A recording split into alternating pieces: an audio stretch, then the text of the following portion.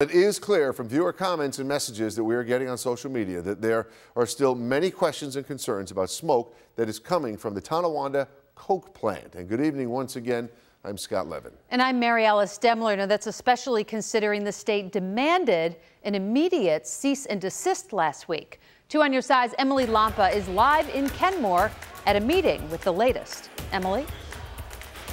Mary Alice, Scott, I'm here at the American Legion post in Kenmore, as you just said, waiting for this meeting, which is set to start in just a few moments. You can see it's a packed house here at the American Legion.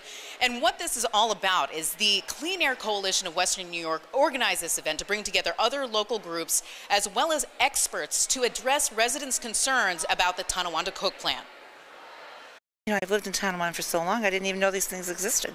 Maria Tisby is a member of Clean Air Coalition of Western New York. She says tonight's meeting addresses various health, occupational, and environmental issues regarding Tonawanda Coke. One of those concerns, how the DEC is going after the facility for violations. Well, I hope that we have tons and tons of more community involvement, which we have been having, because this is now an issue of Tonawanda Coke has done this before, and now there's an issue of a health hazard. So we want to make sure that, number one, people are aware, and number two, if anybody wants to join us, we always need the help. I spoke to the DEC today, and they explained they aren't going to just go in and shut them down. They told me essentially what they said last week. If violations continue, they will go after them legally. The hardest deadline they set for Tonawanda Coke is 2 weeks from now. The facility's air permits will automatically be revoked on August 4th unless they request a hearing. But we're told the DEC hasn't heard from them yet. Tonawanda Coke has 15 days to make that request. Air permits are required to legally operate the Coke oven battery and all regulated emission sources at this facility. If Tonawanda Coke operates past that August 4th deadline and hasn't requested a hearing, the DEC tells 2 on your side they'll use all legal resources at their disposal to go after them.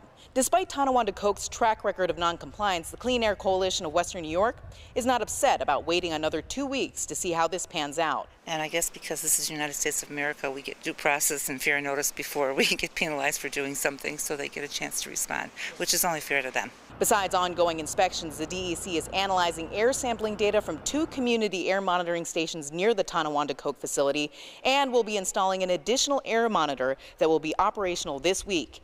DEC is also analyzing soot samples. It has to be addressed through the appropriate channels, and that's what we try to do. And, you know, you say, come to a meeting, let's learn about this, let's get some experts, let's do some research, let's find out what we can do, if anything, about this, because that's where we live. It's our community. If you're planning on heading down to this meeting at the American Legion, you should head down now. It looks like things are getting pretty packed in there.